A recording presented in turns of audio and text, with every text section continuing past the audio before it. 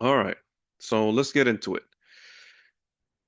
We're going to be talking about something that sounds simple, and these are the managerial functions. Now, but this is actually the foundation of what makes someone effective or ineffective in a leadership position. This whole lesson is really about answering one question. What does a supervisor actually do? Not just the title, not just being in charge, but the real responsibilities behind the scenes.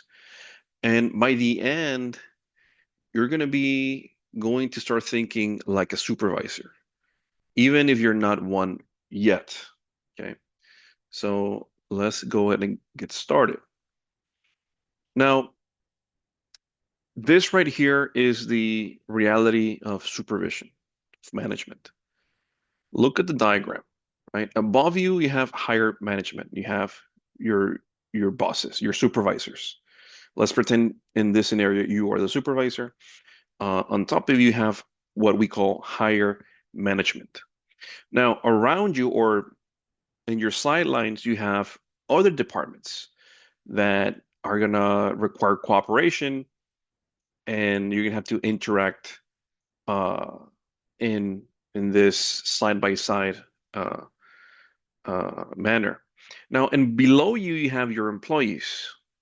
Your employees um, are basically your subordinates. They follow your lead, and you know. But here's the problem. Each group expects something different from you. Employees see you as the boss. Management sees you as their employee, and other departments need your cooperation. So you're constantly, again, balancing the pressure from all directions. And here's my question to you. Does that sound easy or stressful? Right? Because this is why supervision is one of the toughest roles in any company or any organization, right?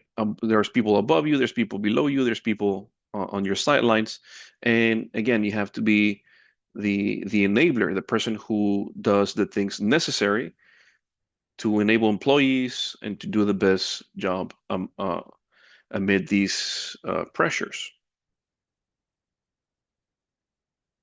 Okay. Now, this slide is one of the most important in the whole lesson because, again, there's been, I think, constantly in the last video, and you're going to see it again in this video, there's this balancing act, right? Let's call it the balancing act of supervision. On one side, you have people, right? Your employees. On the other side, you have the goals of the objectives. And great supervisors understand this. You can't ignore either side. If you only focus on people, goals are going to suffer. You might not achieve the goals, you know. If you only focus on the goals, people tend to burn out. People are going to be tired. People are going to be fed up. Uh, uh, this is in itself a balancing act.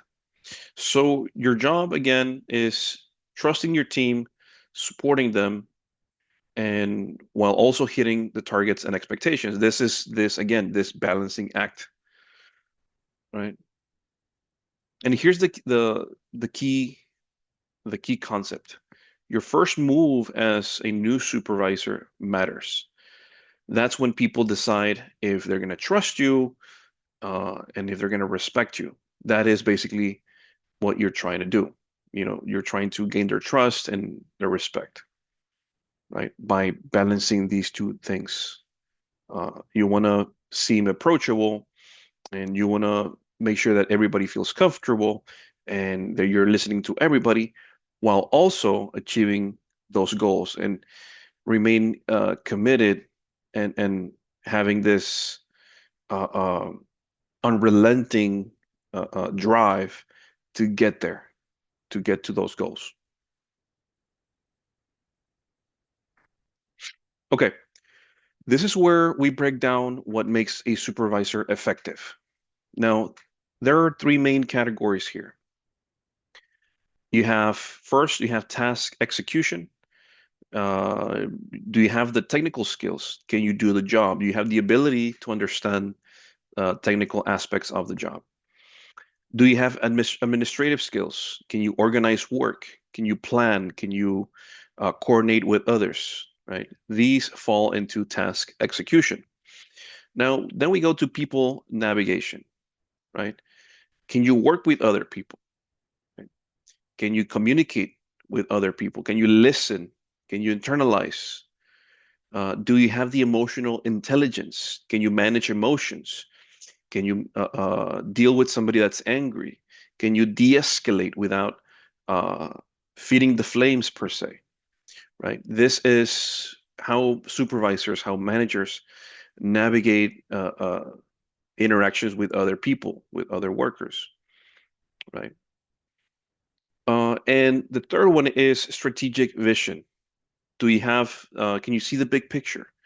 Do you have the ability to look at what's happening and change course or look at the objectives and make change of plans, you know, so you can so you can reach those goals. And political skills, right? Understanding how things get done outside formal channels. Do you understand how things really work? So this is what makes supervisors effective. All these three areas you have to have these skills. So the key takeaway I would say, being a supervisor is not just about being good at your job. It's about managing people, system, strategies all at once. Okay. All right. So now the good news is that, well, the good news and the bad news is that management is learned. You can learn how to become an effective manager, an effective supervisor. The bad news is you're going to be learning it while you're doing it, right? It's learn as you go, right? You're going to learn it in the job. So look at this curve. It starts slow and then it takes time, determination to develop some of those skills, and then you improve with time. There's a steep learning curve with very little ground for trial and error, right? Because you're dealing with people, and people tend to get fed up. They tend to get desperate, and we as supervisors, we have to try to navigate this learning curve with as little as possible when it comes to errors. Uh, and then you level off with experience, right? With constant practice, managers stay on this continuous improvement, and they reach this level where their skills are sharpened. Now, again, there's very little room for trial and error because mistakes affect people, productivity, and the company, the organization. So great supervisors commit to continuous improvement. We never stop getting better. There's always something new to learn. There's always something that we can improve on. Uh, so again, good news is everybody can learn. Uh, the downside is it takes time, and you're going to be doing it as times as on the job. Okay, so the continuous cycle of management. So this is the core of the entire chapter, right? There are five managerial functions, and they form this circle. Don't think of them as a checklist. This is a continuous cycle, right? So let's break it down. So first you have planning. What needs to be done, right? This is where you plan the goals. Organizing is who does what. Distributing and dividing the work to achieve the goals that we had planned in the previous stage, right? Staffing. Who do we hire and how do we train them? right? So we can achieve those goals. Next, we have leading. How do we motivate people so we can achieve? Let me move out of the way, right? How do we guide and towards the objectives, right? That's leading. How do we motivate and lead towards the objective? Then we have controlling. I'm going to move again out of the way. Are we meeting expectations, right? We are going to ensure that we are in this path towards the goal that we set back in the beginning. Are we in the intended performance? And if not, let's take corrective action as soon as possible, right? By controlling, we mean are we on path? Yes or no? If we're not, let's correct course as soon as possible so we have the best odds for reaching the goal. Okay. And this is a cycle and it starts again. If we're not reaching the goal or if we're off track, then we go to planning and then we're organized. Who is going to do what? Who's going to be working on what to get better results? And this is a cycle that repeats, right? And it repeats because we want to have the best outcome and the best performance, the best output. Okay. So let's go ahead and contrast the manager or the supervisor uh, uh, uh, versus the leader.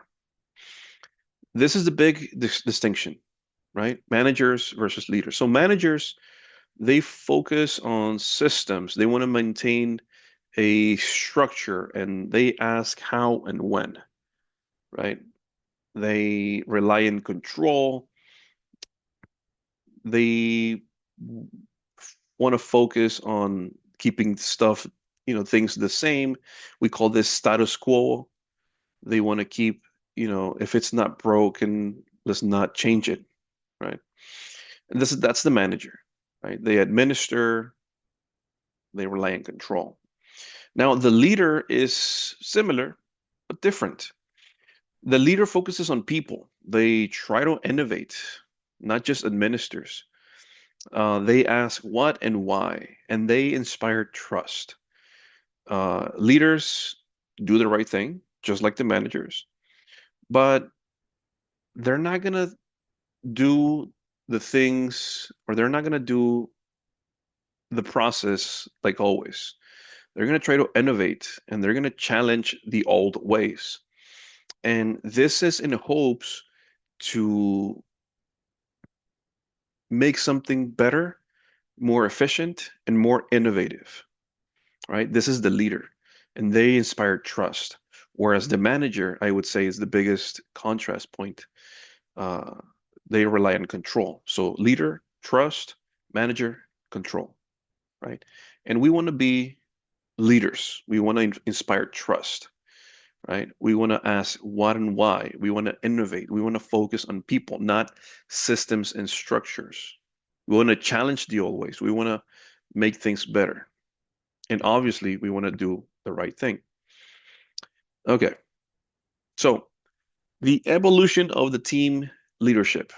So work has changed. Now, in the past, leadership was very autocratic, very top-down control, right? The manager said, gave orders, and everybody followed suit. No questions asked. It was just, he's the boss. All right, yes, sir. Okay, we'll get it done. Now, today is more about team leadership. Now, why? Well, jobs are more complex.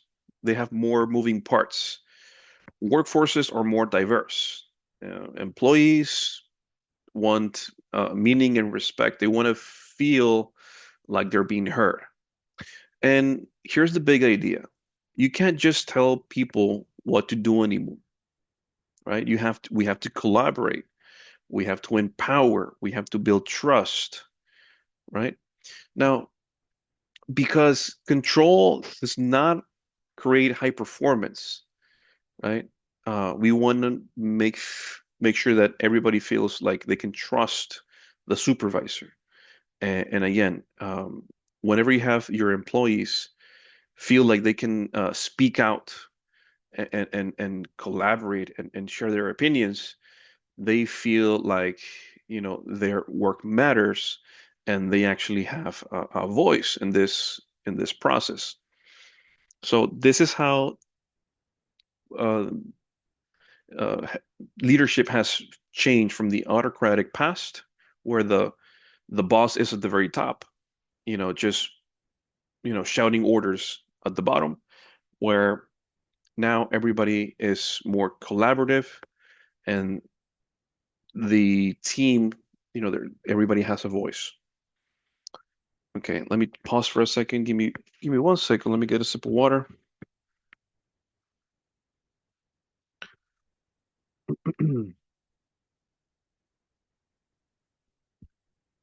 All right. So, two views in managerial authority. Now, the traditional view is I am the boss, you listen, right? Very autocratic.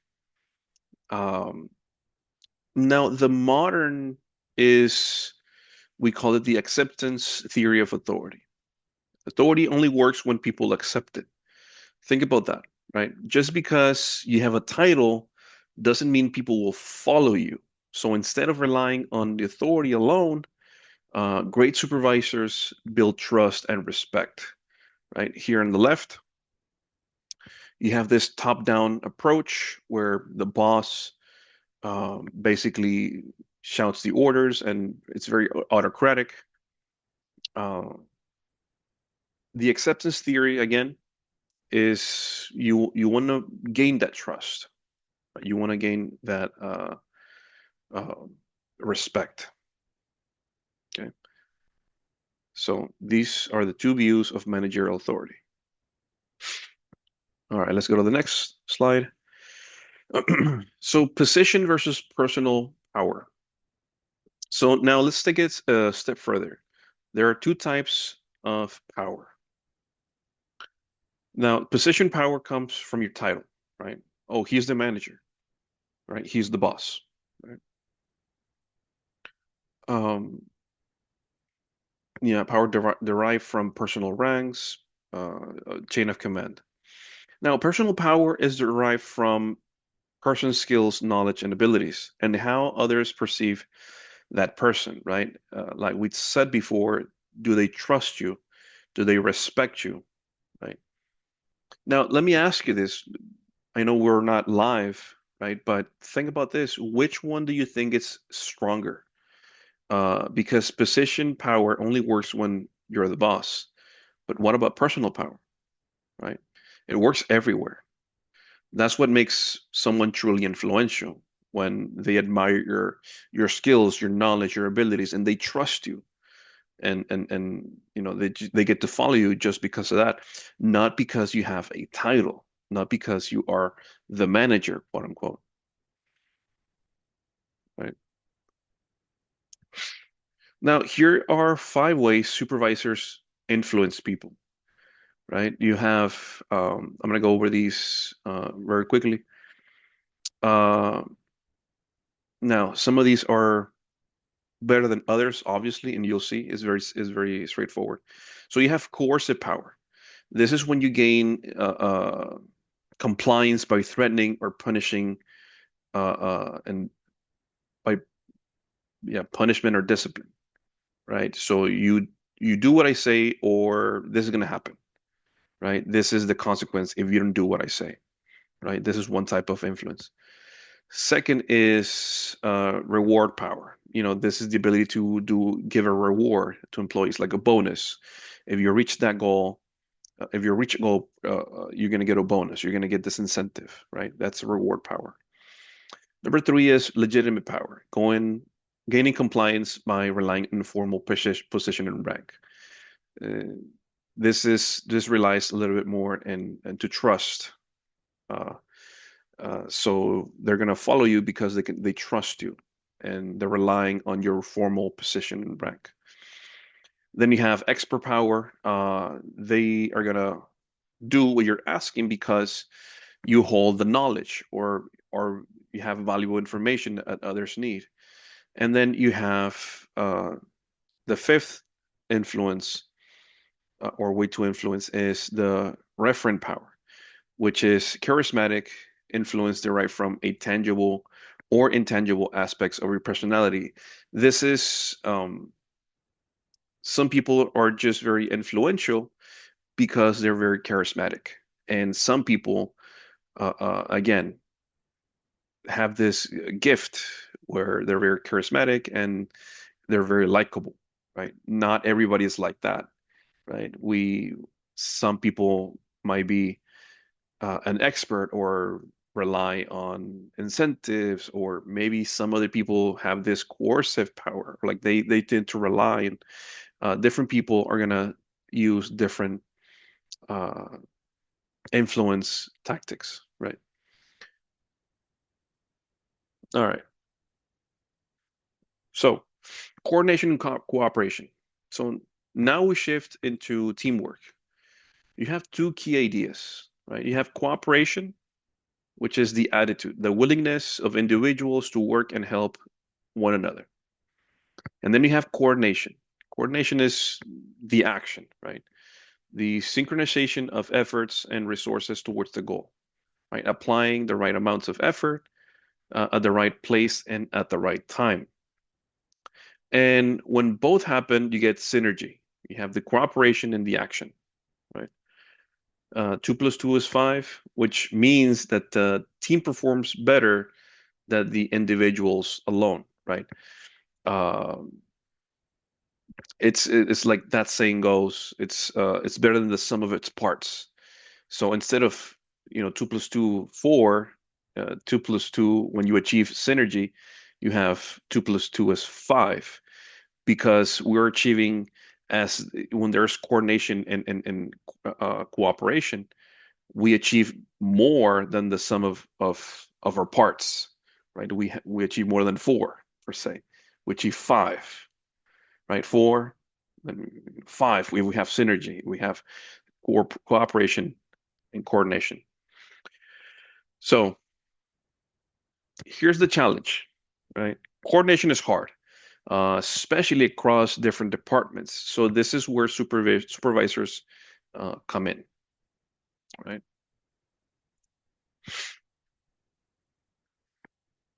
Now let's talk about labor unions. Just very briefly, labor unions represent employees. They represent, in a lot of cases, uh, large groups of employees. They negotiate pay, wages. They negotiate conditions. They negotiate rules, how often they take breaks, etc. Now, here's the key for supervisors.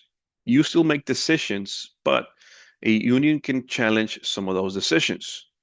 So you have to know the rules, apply them fairly, and stay consistent. Okay. Now, uh, this slide shows what happens when there's a conflict. Now, it starts with a grievance, a complaint, right? Then it may go to an arbiter, somebody uh, that looks into the problem, but everything is based on one key idea. Is it just or a proper cause? Meaning, was the decision fair? Was there evidence? Was the punishment appropriate? So supervisors must be fair, consistent, and professional, right? Okay.